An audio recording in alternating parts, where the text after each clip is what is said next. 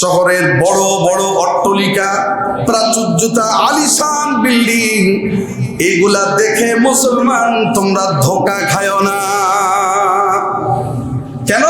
বলে মাতাউন কালিল, এটা খুবই সামান্যতম আমি তাদেরকে দিয়েছি। আখিরাতের তুলনায় দুনিয়া খুবই সামান্যতম। বলে আখিরাতের তুলনায় দুনিয়া আমার কাছে এতই সামান্যতম, বলে একটা মশার ডানার দাম আছে, দুনিয়ার দাম আমার কাছে নেই। যদি থাকতো, নবীজি বলছেন আল্লাহ সুবহানাহু ওয়া তাআলা কাফের বেঈমানদেরকে এক ঢোক পানি পান করার সুযোগ দিতেন না। ওই ইহুদি নাসারাদেরকে, ইহুদিদেরকে তাদের পাপের কারণে আমি আল্লাহ তাআলা এমন এক শাস্তি, এমন এক কষ্ট, যন্ত্রণার উপর যন্ত্রণা, আযাবের উপর আযাব দেওয়ার জন্য যুগে যুগে আমি লোক নিয়োগ দিয়ে দিব। প্রতিটা যুগেই ইহুদিদেরকে ক্ষতিগ্রস্ত করার জন্য আল্লাহ তাআলা তাদের উপরে নেতৃত্ব দানের জন্য আরো কঠিন শক্তি থেকে বড় বড় শক্তিধর রাজা বাদশাদেরকে নেতৃত্ব দিবেন, যাতে করে তাদেরকে শায়েস্তা করা যায়। বলে আল্লাহ তাআলার রাগ কেন এদের উপরে এত বেশি? ঠিক কিনা? তা রাগ হওয়ার কারণ হলো এ দুটি আয়াত তো নিশ্চয় আগের আয়াতগুলি যদি আমরা খেয়াল করি, এবং গত জুমাও আপনারা শুনেছেন, এদের জন্য আল্লাহ পরীক্ষা দিয়েছিল শনিবারের দিন মাছ ধরা যাবে না। তো এরা করে কি? শুক্রবারের দিন ঘিরে রাখে, আর শনিবারের দিন ধরে না, রবিবারের দিন সকালে গিয়ে ঠিক মতো ধরে নিয়ে আসে। এদেরকে আল্লাহ তাআলা যত নিয়ামত দিয়েছেন, পৃথিবীর আর কোনো নবীর উম্মতকে এত নিয়ামত আল্লাহ দেননি যতটা বনী ইসরাঈলী ইহুদিদেরকে আল্লাহ দিয়েছিলেন। আর স্বাভাবিক, যাকে বেশি দেওয়া হয় সে যখন নিয়ামত পাইয়া অকৃতজ্ঞ হয়, তার প্রতি রাগটাও বেশি আসে। কোন বাবা তার সন্তান, সেই সন্তানকে লেখাপড়ার খরচ দেয়, সমস্ত কিছু দেখাশোনা করে, গাড়ি ক্রয় করে দিল, বাড়ি বানায় দিল, ভালো বৌমার ব্যবস্থা করে দিল। এরপরও সন্তান যদি ভাত না দেয়, মা বাবার রাগ আর দুঃখ হবে কিনা? এই ইহুদিদেরকে আল্লাহ রাব্বুল আলামিন মান্না সালওয়া দান করেছিলেন, কথা ঠিক কিনা ভাইয়েরা? এদেরকে গায়ের জামাগুলি রাত্রে খুলে রাখলে সকালবেলা দেহ বড় হওয়ার সাথে সাথে জামা বড় হয়ে যেত। কত নিয়ামত আল্লাহ দিয়েছেন। ময়লা অপরিষ্কার পোশাকগুলি সকালবেলা ঘ্রাণযুক্ত হয়ে যেত। তার মানে এত নিয়ামত দিয়েছেন। আল্লাহ তাআলা বলেন, ইয়া বনি ইসরাঈল যাকুরু নি'মাতি আল্লাতী আন'আমতু আলাইকুম ওয়া আন্নী ফাদ্দালতুকুম আলাল আলামিন। হে বনী ইসরাঈল গোত্রের লোকেরা, হে ইহুদিরা, আমি আল্লাহ তাআলা উযকুরু নি'মাতি আল্লাতী আন'আমতু আলাইকুম, স্মরণ করো ওই সমস্ত নিয়ামত যা আমি তোমাদেরকে দিয়েছিলাম। শুধু তাই না, গোটা পৃথিবীতে তোমাদেরকে শ্রেষ্ঠত্বের আসন দিয়েছিলাম। বনী ইসরাঈল গোত্রের লোকরা মুসা আলাইহিস সালামের কাছে গিয়ে বললেন, ফেরাউন তো তার লোকজনদের মেরে ফেলবে আমাদের, বলে চলেন আমরা হিজরত করি।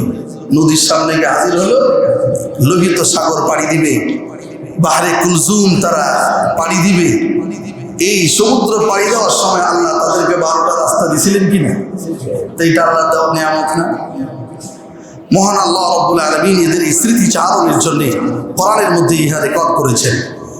فأراد أن يستفزهم من الأرض فأغرقناه ومن معه جميعا।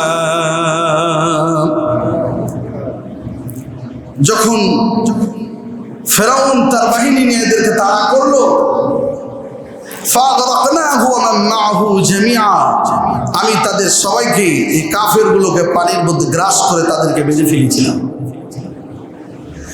ওয়া কুলনা মিন বাদিহি লিবানি ইসরাঈল اسكنুল আরদ ফাইযা জাআ ওয়া'দুল আখিরাতি জিনা বিকুম লাফিফা।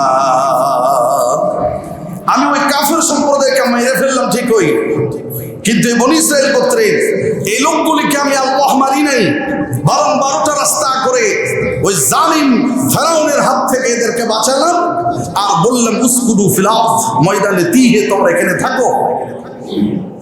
এই থাকার ব্যবস্থা কে দিয়েছিলেন ভাইরা? এটা আল্লাহর দেওয়া নিয়ামত কিনা? বাড়িঘর ছাড়িয়ে আপনি অন্যত্র চলে গেলে কেউ যদি আপনার বাসস্থানের ব্যবস্থা করে দেয়, এর চাইতে বড় নিয়ামত কি হইতে পারে? তা আল্লাহ তাআলা বলছেন এদেরকে এত নিয়ামত দেওয়ার পরও যখন এরা নাফরমানি করলো, সিজদা করতে বললাম বলে হিত্তা বলে সিজদা করো, এরা বললো হিন্ত গম দাও। তাহলে আল্লাহ বলেন ক্ষমা চাও আর সিজদা করো, এরা পা ঢুকাইয়া দিয়ে হিত্তা বলার পরিবর্তে, ক্ষমা চাওয়ার পরিবর্তে এরা বললো হিন্ত গম দাও। তাহলে এই নাফরমানিগুলির কারণে আল্লাহ তাআলা তাদেরকে যেমন বানর আর শুকুর রূপ দিয়ে আযাব ও গজব দিয়েছেন, ওই আযাব আর গজব দেওয়া তেই ক্ষান্ত নয়, ওই বনী ইসরাইল গোত্রের অবাধ্য লোকগুলিকে আল্লাহ সুবহানাহু ওয়া তাআলা কিয়ামত পর্যন্ত শাস্তি দিবেন, তাদের উত্তরসূরি যারা ছিল এবং এখনো যারা আছে। আল্লাহ তাআলা বলছেন ইলা ইয়াউমিল কিয়ামা, কিয়ামত পর্যন্ত আমি তাদেরকে এই যন্ত্রণার উপর যন্ত্রণা, কষ্টের উপর কষ্ট আমি তাদেরকে দেব। ইন্না রাব্বাকা লাসারিউল ইকাব, নিশ্চয় আমি তোমাদের রব শাস্তি দেওয়ার ক্ষেত্রে সিরিয়াস। আমি ইচ্ছা করলে অনেক শাস্তি আর কঠিন শাস্তি দিতে পারি। মুহতারাম ভাইরা, এই ইহুদিদেরকে কষ্ট দিয়েছেন কিভাবে দেখুন।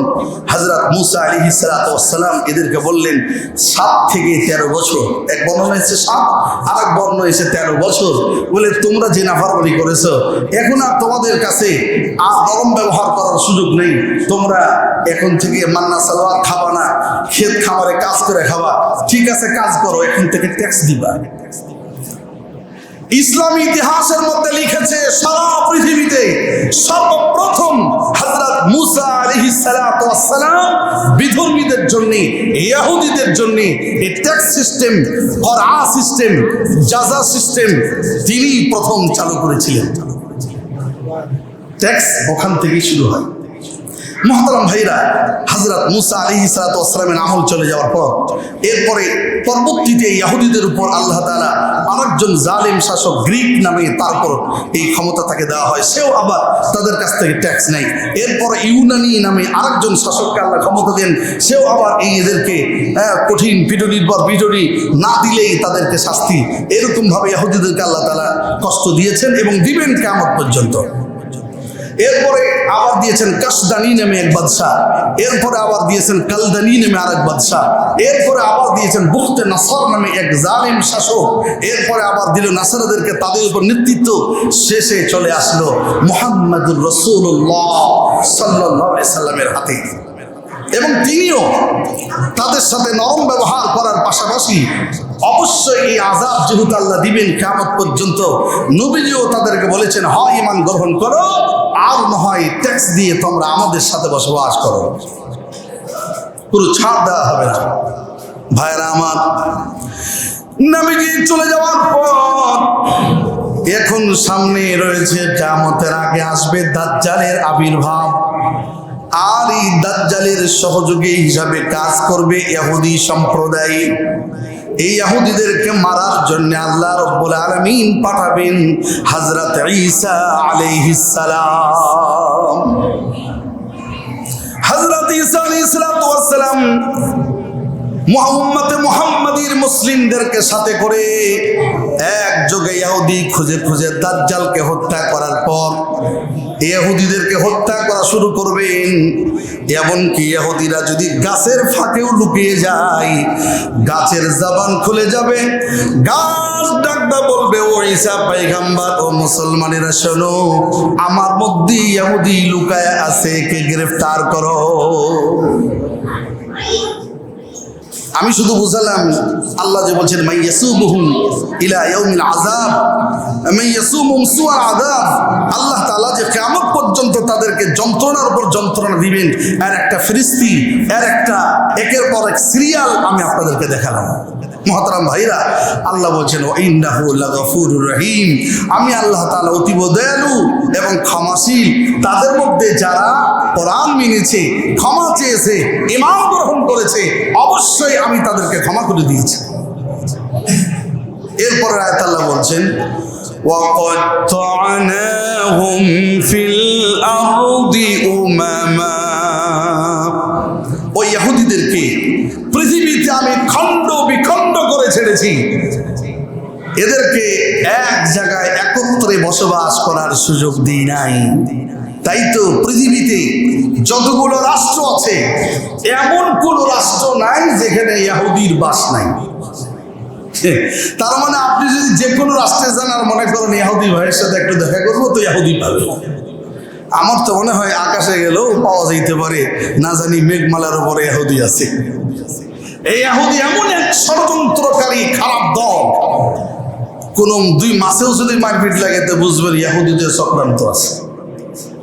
এই ইহুদি এমন এক সম্প্রদায়, এরা মুসলমানদেরকে কলুষিত করার জন্যে আল্লাহ সুবহানাহু ওয়া তাআলা ইজ্জতকে নিয়ে, মুহাম্মদ রাসূলুল্লাহর ইজ্জতকে নিয়ে, মুসলমানদের সমস্ত ইসলামী তাহযীব তামাদ্দুনকে নিয়ে তারা ষড়যন্ত্র করেছে। আপনাদেরকে যদি বলি, বলুন তো ইব্রাহিম আলাইহিস সালামের কোন ছেলের কুরবানি হয়েছিল? বলেন তো কোন ছেলে? আপনারা বলছেন ইসমাইল আলাইহিস সালাম। ইহুদিরা কি বলে জানেন? না, ইসমাইল না, ইসহাক আলাইহিস সালামকে কুরবানি দেওয়া হয়েছিল। মানে সব ইতিহাসগুলোকে উল্টে উল্টে দিয়ে ফিতনা লাগায়া মুসলমানদেরকে ক্ষতবিক্ষত করতে চাই, কিন্তু আল্লাহ পাক মুসলমানদেরকে হেফাজত করবেন। এদের ষড়যন্ত্রের এমন কোনো দিক নাই যেখানে তারা ষড়যন্ত্র করে না। তা আল্লাহ তাআলা বলছেন, আমিও দুনিয়ার মধ্যে একটা শাস্তি দিলাম, এক জায়গায় তারা একত্রে ইহুদিরা বসবাস করতে পারবে না, বরং ক্ষতবিক্ষত করে, খণ্ড বিখণ্ড করে, এদেরকে এমনভাবে বিভিন্ন দলে বিভক্ত করে গোটা পৃথিবীতে এদেরকে আমি ছড়িয়ে ছিটিয়ে রেখেছি, যাতে করে এক জায়গায় তারা এক শক্তিতে এগিয়ে মুসলমানদেরকে নির্মূল করতে না পারে। বলেন তো মুসলমানের সংখ্যা বেশি না বিধর্মীদের সংখ্যা বেশি? সারা পৃথিবীতে মুসলমানের সংখ্যা আনুমানিক 200 কোটি, আর অমুসলিমদের সংখ্যা 400 কোটি। এই 400 কোটি বেঈমান যদি একত্রিত হয়, মুসলমানদেরকে চকলেটের মতো চুষে মেরে দেওয়ার কথা ছিল, কথা ঠিক কিনা বলে? কিন্তু তারা হতে পারবে না।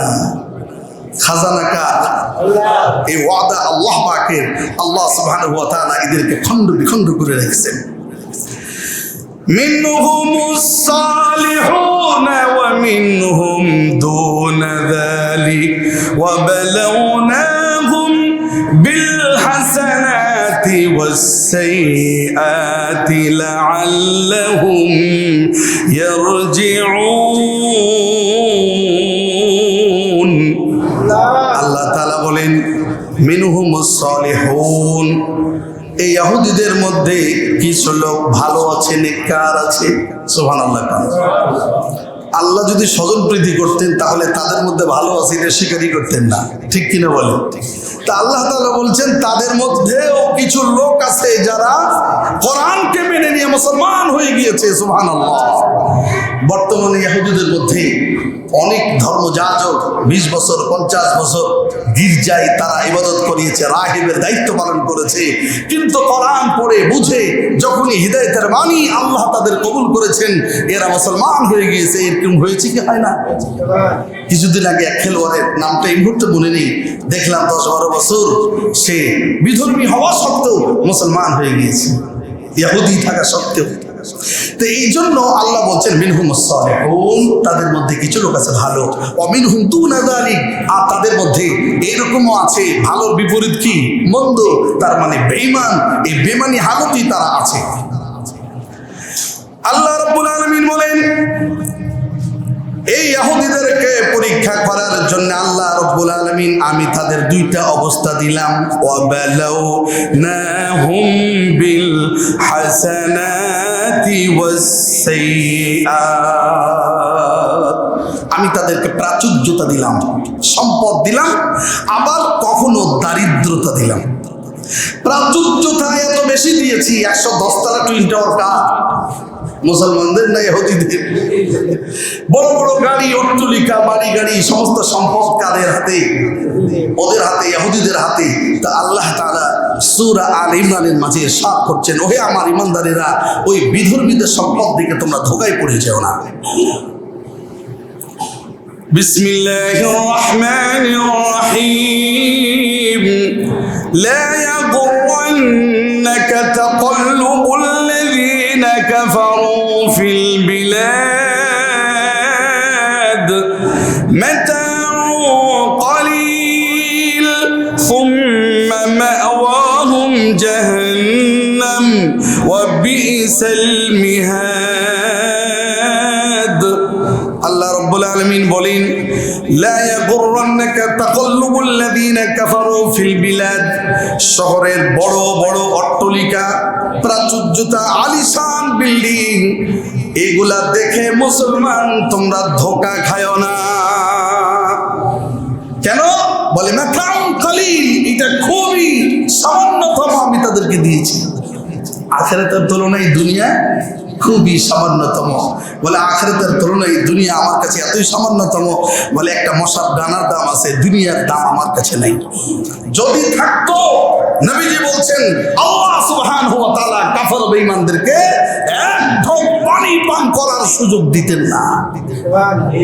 আল্লাহর কাছে আখিরাতের তুলনায় দুনিয়ার কোনো মূল্য নেই। সুম্মা মাওয়াহুম জাহান্নাম, অতঃপর তাদের ঠিকানা হলো জাহান্নাম। অবিসাল মিহাদ, আর তা কতই না নিকৃষ্ট। ভাইরা, এ সম্পদ যখন তারা পেয়ে গেল, শুকরিয়া সিজদা করার কথা ছিল, ঠিক কিনা বলে? কিন্তু তারা অহংকারের বশীভূত হয়ে হযরত আবু বকরের মতো সাহাবী রাস্তাতে হেঁটে যায়, আর এক ইহুদি গোপনে একে কষ্ট দেওয়ার জন্য নিরিবিলি পরিবেশ খুঁজতেছে। হযরত আবু বকর যখন সামনে এসে ইহুদিকে বলতেছে, এই আবু বকর একটু দাঁড়াও।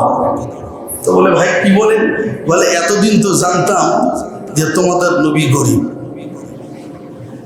তো এতদিন জানতাম তোমাদের আল্লাহ গরিব, এখন দেখি তোমাদের নবীও গরিব। বলে, এই আত্মা কেন তারা এই কথাটা বললো?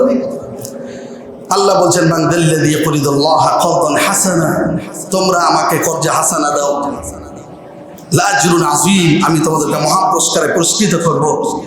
তা আল্লাহ যখন ঋণ চাইছে, আল্লাহ তারা যাকাত চাইছে, এই কথাটা তারা বলছে আল্লাহ তো গরিব আর আমরাই কেবল ধনী। তো এতদিন জানতাম যে তোমাদের রব হলো গরিব, তোমাদের আল্লাহ যাকে বলো সে গরিব, কিন্তু এখন দেখি তুমিও গরিব, তোমার নবী মুহাম্মদও গরিব। মুহতারাম ভাইরা, হযরত আবু বকর সিদ্দিক রাদিয়াল্লাহু তাআলা অত্যন্ত নরম তবিয়তের মানুষ, কথা ঠিক কিনা বলে? হযরত আবু বকরের মতো নরম জ্ঞানী গুণী বৃদ্ধ একজন আল্লাহওয়ালা নবীর সাহাবী, যে মারপিট পছন্দ করে না, দাঙ্গা হাঙ্গামা পছন্দ করে না। বলে, ইহুদি কি বললে? বলে, এতদিন মনে করেছিলাম তুমি গরিব, তোমাদের নবী মুহাম্মদ গরিব, কিন্তু এখন দেখি তোমাদের আল্লাহ গরিব। আমার ভাইরা, বলতে দেরি হয়, ইহুদির গালে হযরত আবু বকর এমন এক সজোরে থাপ্পড় মেরে দিয়েছে, ইহুদি দাঁড়ানোর থেকে জমিনে পড়ে গেছে। ইহুদি মনে মনে চিন্তা করলো, এখন যদি আবার কিছু কই তো আবার গালি আর একটা বসাইতে বলে। তো কিছু না বলিয়া দৌড় দিছে মসজিদে নববীতে নবী করিম সাল্লাল্লাহু আলাইহি ওয়াসাল্লামের দরবারে। তার মানে তখনকার ইহুদি আর কাফের বেঈমান যে হোক না কেন, নবীর প্রতি আস্থা আর ভালোবাসা এটা ছিল যে নবী ইনসাফ করবে, বেইনসাফি করবে না। আল্লাহ নবী গিয়া বলছেন, নবীর দরবারে গিয়া বলছেন, ইয়া রাসূলুল্লাহ, ইয়া হাবিবাল্লাহ, আমার এই গালটা দেখেন কি অবস্থা। ইহুদি সাদা চামড়ার, তো কি কম লাল টকটকে হয়ে রয়েছে। ডাক্তার বলছেন, হুজুর আবু বকর আমাকে মেরেছে, বিচার করে দেন। আল্লাহর হাবিব বলছেন, তুমি কি মাথা ঠিক আছে? কি বলো? আমার আবু বকর কাউকে মারে না। আল্লাহর হাবিবের কত আস্থা যে এটা হয় নাকি? আমার আবু বকর তো কাউকে মারে না, কোনোদিন শুনি নাই। হয় না হয় এটা ওমরের কাম হবে, তুমি নাম বলতে ভুল করছো।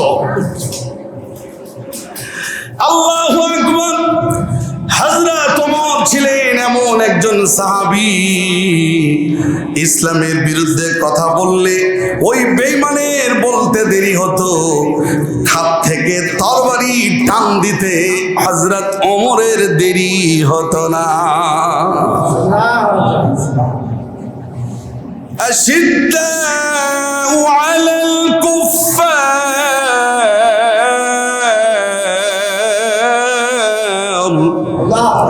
رحماء بينهم تراهم ركعا سجدا يبتغون فضلا من الله ورضوانا। হযরত আবু বকর, হযরত ওমর দুইজন দুই মেরুর পথের, দুইজন দুই মেজাজের মানুষ। একজন হলো নরম, আরেকজন বড় গরম সাহাবী হযরত ওমর ফারুক রাদিয়াল্লাহু তাআলা।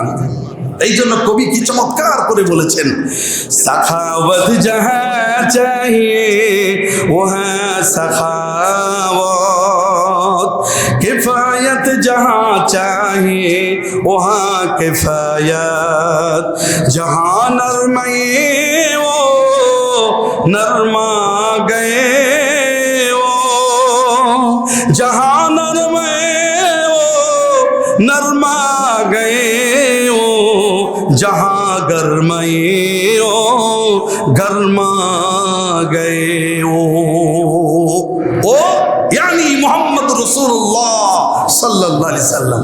কবি বলছেন হুজুর সাল্লাল্লাহু আলাইহি সাল্লাম এমন এক বাহিনী তৈরি করেছিলেন, যখন সাখাওয়াত মানে দানশীলতা, যদি বলতেন দান করো তো ঘটাবাটি লোটা যা আছে সব আইনা নবীজির কাছে হাজির। সুবহানাল্লাহ বলে এমন এক বাহিনী তৈরি করছেন। হযরত আবু বকরকে আল্লাহ রাসূল বলছেন কোন এক সময়, কি নিয়ে এসছো? জিহাদের ময়দানে যেতে হবে, দান করো। তো হযরত আবু বকর বলছেন হুজুর বাড়িতে ঘটাবাটি যা ছিল সব নিয়ে এসেছি। বলে কিছু নেই, কিছু নাই। বলে আমার বাড়িতে আল্লাহ এবং তার রাসূল ছাড়া কিচ্ছু আমার ঘরের মধ্যে নেই, সব নিয়ে এসেছি। হযরত ওমরকে বলছেন তুমি কি নিয়ে এসেছো?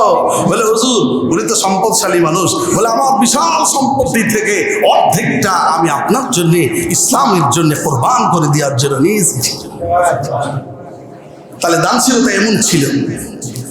কিফায়াত যাহা চাহিয়ে ওয়া কিফায়াত, কিফায়াত মানে অল্প তুষ্টি। যখন নবীজি বলতেন এটার উপর সন্তুষ্ট থাকো, ক্ষুধার যন্ত্রণায় সহ্য করে পাথর বুকের মধ্যে পেটের মধ্যে বেঁধে তারা ইসলামের উপর টিকে থেকেছে। সুবহানাল্লাহ। जहां नरमाए वो नरमा गए वो, যখন নবীজি বলছেন নরম হয়ে যাও, এরা মোমের মতো জ্বলে আলো দিয়ে নিজে গলে গলে জাতিকে উপকৃত করেছেন। जहां गरमाए वो गरमा गए वो, নবীজি বলতেন ধরো। এই কথা বলতে দেরি হতো, বাঘের মতো হুঙ্কার করে বেঈমানকে ধরে ধরাশায়ী করতে দেরি হতো না। সুবহানাল্লাহ। এমন এক বাহিনী সাহাবায়ে কেরামকে নবীজি তৈরি করেছিলেন। ভাইরা, যেই হোক আলোচনাটা আমরা এইভাবে বুঝি। হুজুর সাল্লাল্লাহু আলাইহি ওয়াসাল্লামের কাছে ইহুদি এসে বলছেন হুজুর আমাকে এমন ভাবে মেরেছে, আবু বকরই মেরেছে। হুজুর আপনি ওমরের কথা বলছেন, আমি নাম ভুল বলি নাই, আমি আবু বকরকেও চিনি, আমি ওমরকেও চিনি। হুজুর অন্যদিন ওমর মারলেও আজকের মারটা আবু বকরই দিয়েছে। আলোচনা চলতেছে, ইতিমধ্যেই পিছন দিকে হযরত আবু বকর সিদ্দিক রাদিয়াল্লাহু তাআলা তিনি মনে মনে এটা ভেবে নিয়েছেন, হায় না হায় নবীজির কাছে বেঈমানকে বিচার দিবে, নবীজি নাতে কি হবে, যাই আমিও নবীজির কাছে যাই। তো ভালো মানুষ, নরম মানুষ ধীরে ধীরে আইছে, বেঈমান তো দৌড়াইয়া নবীজির কাছে আগে এসে মামলা দিছে। থানার সিস্টেম জানেন তো, আগে যে যায় কত লোক আছে মাইদে, ওই অপরাধী ওই জালেম আবার ওই আগে গিয়ে বিচার দেয়, মামলা করে। এখন টাকা যার মামলা তার, আগে গেলে মামলা তার পক্ষে রায় হয়। কিন্তু এই ইহুদি চিন্তা করছে সব জায়গায় বুঝে এইরূপ। কিন্তু নবীজি সাল্লাল্লাহু কাছে গিয়ে বলছেন হুজুর আমাকে সে মেরেছে। আল্লাহর হাবিব বলছেন আবু বকর কি ব্যাপার, তুমি কি তাকে মেরেছো? নবীজি প্রশ্ন করলেন। হযরত আবু বকর বলেন হুজুর কেন মেরেছি তা কি শুনবেন না? বলে তুমি কি সত্যি মেরেছ? বলে হুজুর যে কথা বলেছে আপনি অনুমতি দেন আমি আরেকটা বাম কালে থাপ্পড় মেরে দিই। আল্লাহর হাবিব বলেন আবু বকর এতক্ষণ ওই ইহুদির কথা বিশ্বাস করি নাই, তোমার আগমন দেখেও বিশ্বাস করি নাই, তুমি মারতে পারো, কিন্তু যখন বাম কালে থাপ্পড় মারার জন্য অনুমতি প্রার্থনা করেছ বুঝতে দেরি নাই, নিঃসন্দেহে আজকে আমার আবু বকর নিজে এই ইহুদি লোকটার উপর জুলুম করেছে। আল্লাহু আকবার। হযরত আবু বকর বলছেন হুজুর কেন মেরেছি তা কি শুনবেন না? নবীজি বলছেন আগে স্বীকার করো মেরেছো কিনা? বলে জি হ্যাঁ মেরেছি। বলে তুমি তাকে মেরেছো? আচ্ছা বলো কেন মেরেছো? হযরত আবু বকর বলেন হুজুর সারা জীবন আমাদেরকে গরিব অসহায় আনসোশাল কত রকম কথা বলিয়া আমাদের গালিগালাজ করে মেনে নিয়েছি, দ্বীনের জন্য ইসলামের জন্য নিজে কত নির্যাতিত হয়েছি, নিপীড়িত নিষ্পেষিত হয়েছি, হুজুর মেনে নিয়েছি।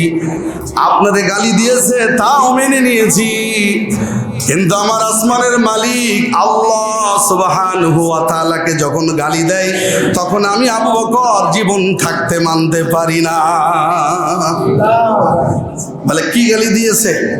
বলে হুজুর আপনার কাছে আমার দরখাস্ত, আপনি বলুন তো আল্লাহ গরিব না ধনী? আপনার থেকে আগে শুনি আমি। আল্লাহ নবী বলেন অবশ্যই আমার মালিক সবচেয়ে বড় ধনী। আমার ভাইরা হয়তো কেউ বলবেন হুজুরের পক্ষে কি কোরআন কোন দলিল দিতে পারে? বলে হ্যাঁ অবশ্যই এর পক্ষে কোরআনুল কারীমে সূরা মুহাম্মাদের 38 নম্বর আয়াত আল্লাহ বলেন ওয়াল্লাহুল গানিয়্যু ওয়া আনতুমুল ফুকারা। বলে আল্লাহ তাআলা একমাত্র প্রাচুর্যের মালিক আর তোমরা সবাই গরিব। একমাত্র ধনী কে? আর আমরা সবাই খালি শেখ হাসিনা বাদে, কারণ উনার তো মেলা টাকা। সালমান এফ রহমান বেশি টাকার মালিক, উনি বাদে নাকি? হায় হায় হায়, আল্লাহ বলছেন ওয়ান্তুমুল ফুকারা। লন্ডন, জাপান, জার্মান, ফ্রান্স, সারা পৃথিবী সকল সম্পদশালীগুলোকে আল্লাহ বলছেন আমি একমাত্র ধনী, তোমরা সবাই গরিব। সূরা ফাতিরের 15তম আয়াতে আল্লাহ তাআলা বলেন ইয়া আইয়ুহান নাস, হে মানব মণ্ডলী।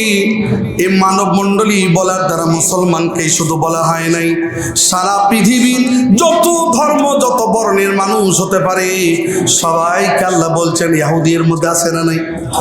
নাকি ইহুদি মানুষ না? আসলে সারা মানুষই না।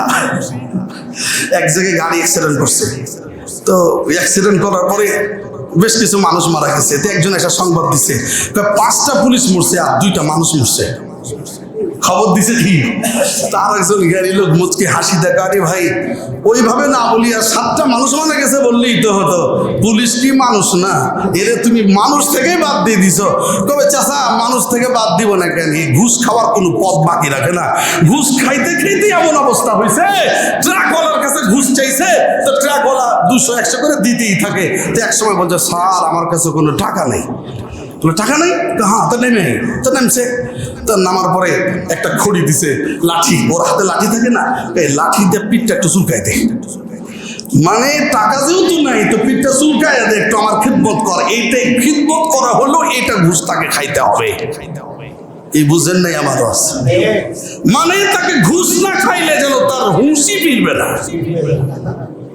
তো এই জন্য বলা হচ্ছে মানুষই না, আসলে তো মানুষ, কিন্তু তার আখলাক। পুলিশদের এই অবস্থা হবে আজ থেকে 2-1 বছর আগেও কোনোদিন ভেবেছিলাম? তাদের কুকর্মের দরুন এমন অবস্থা হয়েছে, গায়ের পোশাক পরে রাস্তায় বের হলে কুকুর শিয়ালের মতো মানুষ মারবে, ভয়ের চোটে পোশাক খুলে স্বাভাবিক পোশাক ফের কি বলে গুদ্রি পট্টি থেকে ক্রয় করে নিয়ে পড়ে রাস্তায় দিয়ে বাড়ি যায়। তাদের কুকর্ম এমন জায়গায় নিয়ে পৌঁছেছে।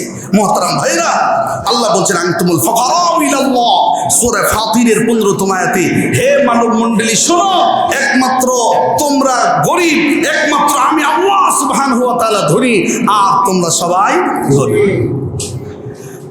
ইয়া আইয়ুহান নাস, আনতুমুল ফুকারাউ ইলাল্লাহ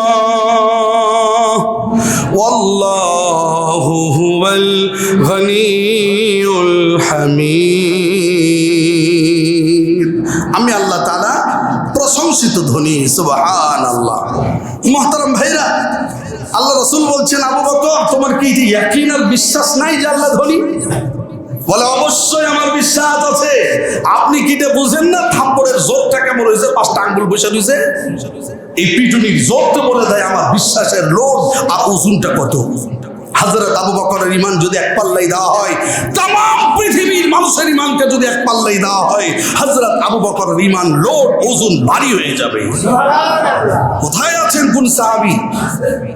আল্লাহ নবী বলছেন, সাহাবী আবু বকর, তুমি যে তাকে মেরেছো এটা যেহেতু স্বীকারও করেছো, কিন্তু ওই ইহুদি যে গরিব বলেছে আমার আল্লাহকে, এটা আমি তার একটু জিজ্ঞাসা করি, তুমি একটু বসো।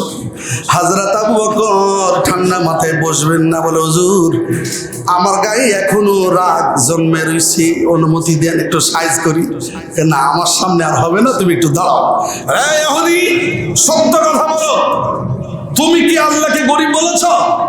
আবু বকরকে গরিব বললেও আমরা মেনে নিয়েছি, আমাকে গরিব বললেও মেনে নিয়েছি, তুমি কি আল্লাহকে গরিব বলছো? ইহুদি কি বলে জানেন? হুজুর আমরা ইহুদিরা আল্লাহকেই এক মানি, এটা তো আপনি জানেন। বলে হ্যাঁ। বলে আপনিও এক মানেন আমিও এক মানি, তাহলে তফাৎ কোথায়? তুমিও যে আল্লাহরে মানো আমিও সে আল্লাহকে মানি। আমি আপনাকে গরিব বলতে পারি, আবু বকরকে গরিব বলতে পারি, আমার আল্লাহকে গরিব বলতে পারি না। হুজুর আমি এটা বলি নাই। কি বুঝলেন ভাইরা?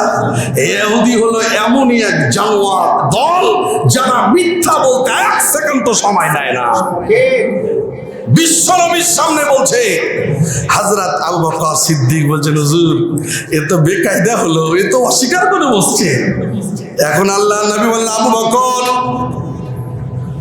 সে বলছে গালি দেয় নাই, তুমি বলছো গালি দিয়েছে, তুমি তো দাবি করো গালি দিয়েছে। বলে জি হুজুর দাবি দিয়েছে। গালি দিয়েছে দাবি যেহেতু করতেছো, আমি নবী কি হাদিস তোমাদেরকে শোনাই নাই? তিরমিজি শরীফের হাদিস। আল্লাহ নবী বলেন, আল বাইনাতু আলাল মুদ্দাঈ, দলিল পেশ করবে যে দাবি করবে। আবু বকর কি দাবি করছে? ভাইরা খেয়াল করেন, আবু বকর কি দাবি করতেছে? যে সে গালি দিয়েছে। তা আল্লাহ রাসূল বলছেন, আবু বকর একটু দলিল পেশ করো যে তোমার গালি দিছে। হযরত আবু বকর বলছেন, হুজুর এটা কেমন কথা বললেন? আমিও একা, সে গালি দেয় তখন সেও ছিল একা, তা আমি সাক্ষী পাবো কোথায়? 2 জন দলিল দেওয়ার জন্য 2 জন সাক্ষীর প্রয়োজন, কোথায় পাবো হুজুর? কোনো সাক্ষী টাক্ষী নাই। আপনি জানেন না যে আমি শুধু আবু বকর না, আমি সিদ্দিক।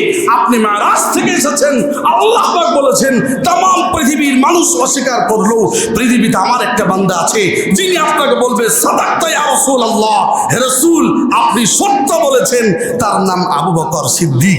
আল্লাহ কি বলে দেয় নাই? বলে হ্যাঁ তা তো বলেছিল, তো তোমার সিদ্দিক নাম দেওয়া তো আমার ইসলামী আদালত চলে না। নবীজি কেমন পেশাইতেছেন বুঝেন ভাইরা। ইসলামী নীতিমালা কায়েম হলে এইরকমই বিচার হবে। নৌকা তো দেখলেন, ধানের শীষও দেখেছেন, নাঙ্গল চাষাও দেখেছেন। এখন ইসলামিক কিছু মানুষগুলোকে একবার দেখেন, এরা কেমন বিচার করে একবার দেখেন, সামনে দেখবেন তো ইনশাআল্লাহ। আল্লাহ দিন জমিনে কায়েম হোক, আমাদের দেখা উচিত। সোনালী যুগ আসলে কেমন লাগে এর বাতাসটা আমাদের দেখা উচিত। আমার ভাইরা, আল্লাহ নবী বলেন, আবু বকর তোমার কাছে কি কোনো দলিল নাই? হযরত আবু বকর বলেন, হুজুর আমি তো দলিল দিতে পারবো না, কারণ সেও একা ছিল আমিও একা ছিলাম, কোনো দলিল নাই। আল্লাহ নবী বলেন, তুমি যদি দলিল দিতে না পারো তাহলে দ্বিতীয় কাজ হলো ওয়াল ইয়ামিনু আলাল মুদ্দাআ আলাইহি, যার উপর দাবি করেছো মানে ইহুদি, যার উপর দাবি করছো ও শুধু এখন কসম করবে। আচ্ছা তুমি যে আল্লাহকে গালি দাও নাই বলছো, তুমি আল্লাহর নাম নিয়ে কসম খাও তো? আজিব গরীবের কথা। ইহুদি যে মিথ্যা বলে তাকে আর কসম খেতে গায়ে বাঁধে, সাথে সাথে বলছে আল্লাহর কসম আমি আল্লাহরে গালি দিই নাই। আল্লাহ নবী বলেন আকবারুল কাবাইর আল-ইশরাকু বিল্লাহ ওয়া উকুকুল ওয়ালিদাইন ওয়া কাতলুন নাফস ওয়াল ইয়ামিনুল গামুস। নবীজি বলেন বড় বড় চারটা হলো কবিরা গুনাহ। এক নাম্বার হলো আল্লাহর সাথে শিরিক করা, দুই নাম্বার মা বাবার নাফরমানি করা, তিন নাম্বার অন্যায়ভাবে কাউকে হত্যা করা, চার নাম্বার মিথ্যা কসম, তাও আবার আমার আল্লাহর নাম নিয়ে খাওয়া। ওয়ালিয়ামিনুল গামুস, মিথ্যা কসম খাওয়া কবিরা গুনাহ। যে ইহুদিকে আর কবিরা আর সগীরা বুঝে? চোরে কি আর ধর্মের কাহিনী শুনবে? চোরে কোরআন শরীফের উপর কোরআন শরীফ দিয়ে দিয়ে মসজিদের ঘড়ি চুরি করে। কত বড় পাক্কা ইমানদার আমার বাবাজিরা, ভাইরা। আল্লাহ নবী বলেন আবু বকর, এই ইহুদি তো কসম করে ফেলেছি, আমি তো আর কাউকে কিছু বলতে পারবো না। এখন আমার বিচার কার্যক্রম শুরু হলো। রে আবু বকর, তুমি যেমন ভাবে একটা থাপ্পড় মেরেছিলে, রেডি হয়ে যাও, ওই ইহুদি অনুরূপ ভাবে তোমার গালে একটা থাপ্পড় মারবে। বন্ধুরা আমার, ভাইরা আমার, হযরত আবু বকর সিদ্দিক রাদিয়াল্লাহু তাআলা আনহু আসমানের দিকে তাকায় আসমানের মালিককে বলেন, ওগো মালিক, আমি তো তোমারই জন্যে থাপ্পড় মেরেছি। ঠিক কিনা বলেন? আমার নবীর কাছে দলিল পেশ করতে পারি নাই, তাই তো সিদ্দিক নামটা দিয়াও বিচার হবে না। ইহুদি মিথ্যা কসম খায়া ফেলাইছে, নবী তো তার পক্ষে রায় দিবে, আমার বিরুদ্ধেই দিয়া দিবে। এখন তুমি ছাড়া তো আমার উপায় নাই। আল্লাহ যদি যাইরে বান্দা রাখবা কই, আল্লাহ যদি না দেইরে বান্দা পাইবা কই, আল্লাহ যদি দেইরে বান্দা রাখবা কই, আল্লাহ যদি না দেইরে বান্দা পাইবা কই। দয়ার নবী, মায়ার নবী, রাহমাতাল লিল আলামিন মনের দিক থেকে এত ভেঙে পড়েছেন, হায় রে হায়, আমার 20 বছরের বন্ধু আমার আবু বকরের গালে ইহুদি থাপ্পড় মারবে। নবীজিও মানসিকভাবে ভেঙে পড়েছেন, চোখের পানি ছেড়ে দিয়েছেন। কিন্তু ইসলামী আদালতে যে নীতিমালার বাইরে নবী যেতে পারে না। নবীজি কাঁদতেছেন, হযরত আবু বকর চোখের পানি ছেড়ে দিয়েছেন, কাঁদতেছেন আর বলছেন, ওগো মালিক, তুমি ছাড়া আমার উপায় নেই। ইহুদি মুচকি মুচকি হাসি, শয়তান লোক তো মুচকি মুচকি হেসে হেসে মজা নিতেছে আর ভাবতেছে, দেখি নবী এবার কি করে। আমার ভাইরা, আর আসমানের দিকে হযরত আবু বকর তাকায়া বলছেন, ওগো মালিক, তোমার নবীর আর কোনো বাহাদুরি নাই, তোমার নবী আর কিছুই করতে পারবে না। বুঝতে পেরেছি, এখন তুমি ছাড়া আমার উপায় নাই। ভাইরা আমার, বন্ধুরা আমার, হযরত জিবরাইল আমিন এক সেকেন্ডও দেরি করে নাই। ওপর থেকে যখনই আসতেছে, আল্লাহ বলেন, ইয়া আমার জিবরাইল, তাড়াতাড়ি জিবরাইল যা যা যা, ওই ইহুদি থাপ্পড় মারার জন্য রেডি হয়ে গেছে। আর আমার আবু বকর গাল পেতে দিতেছে। থাপ্পড়টা যদি আমার আবু বকরের গালে লেগে যায়, কিয়ামত পর্যন্ত বাতিলের থাপ্পড় হকের উপর লেগেছে। আমি রব এটা দেখেও কেমনি থাকলাম, ইমানদারিরা আমারে খারাপ ভাববে। আল্লাহু আকবার। জিবরাইল আলাইহিস সালাতু ওয়াস সালাম কলিং বিল বাজায় দিলেই, টেলিফোন আসলে কলিং বিল বাজলেই সাথে সাথে কথা হয় না। জিবরাইল আমিন আসতেছেন, সংকেত দিয়ে দিয়েছেন। আল্লাহ নবী বলছেন, ইহুদি থামো থামো, মাইরো না, আমার আবু বকরের গালে থাপ্পড় মাইরো না। কিছু একটা ঘটছে, কেন যেন আমার মন বলে আমার আল্লাহ কোনো ফায়সালা দিবে। আমার ভাইরা, হযরত জিবরাইল আমিন আসলেন আর বললেন, হুজুর, আপনারা কে সৃষ্টি করেছেন? বলে আল্লাহ। আবু আবু বকর কে বানিয়েছেন? বলে আল্লাহ। ইহুদিকে কে বানিয়েছেন? আল্লাহ। বলে আমারে কে বানিয়েছেন? বলে আল্লাহ। কিবলা কে বানিয়েছেন? বলে আল্লাহ। বলে হাযা খালকুল্লাহ ফারুনি মাযা খালাকাল্লাযীনা মিন দুনি। সমস্ত কিছুকে যে রব বানিয়েছেন সেই রব বলতেছেন, এবার আপনি কান খাড়া করেন। তিনি কোরআনুল কারীমের আয়াত সূরা আলে ইমরান আর 181 নম্বর আয়াত নাজিল হয়ে গেল। লাকাদ সামিআল্লাহু কাওলাল্লাযীনা ক্বালু ইন্নাল্লাহা ফাকীরুন ওয়া নাহনু আগনিয়া। যার অর্থ অবশ্যই আমি শুনেছি। কে বলছেন? আল্লাহ। তিনি বলছেন আমি শুনেছি কাওলাল্লাযীনা ক্বালু, ওই ইহুদি এই কথা বলেছে কি ইন্নাল্লাহা ফাকীর, আমি আল্লাহ নাকি গরীব, ও নাহনু আগনিয়া, আর ওই ইহুদিরা নাকি সবাই ধনী। হুজুর এটা আমি আল্লাহ আর আবু বকরের পক্ষে রায় দিলাম, আমি শুনেছি, এখন আপনি কি বিচার করবেন করেন। এখন কি আর 2 জন আর 3 জন সাক্ষী দরকার? আল্লাহ নিজে আয়াত নাজিল করছেন। তো ইহুদি হইলে কি হবে? এরা তো আরবি ভাষী। হুজুর সাল্লাল্লাহু আলাইহি ওয়াসাল্লাম আয়াত কারা পড়লেন, পড়ার পরে বলছেন ইহুদি তুমি যে মিথ্যা বললে, মিথ্যা কসম খাইলে, আমার আবু বকরের পক্ষে আয়াত নাজিল হয়েছে, তাকে তুমি এই কথা বলেছো, আমার আল্লাহ এই কথা বলছে। আমার আল্লাহ যেটা, আমার আল্লাহ তো তোমার আল্লাহ তো সেটা, তা আল্লাহ তো তোমার পক্ষ নেই, আমার আবু বকরের পক্ষ লিছে। এখন তোমার হবে কি? তোমার তো শাস্তি হওয়া একান্ত প্রয়োজন।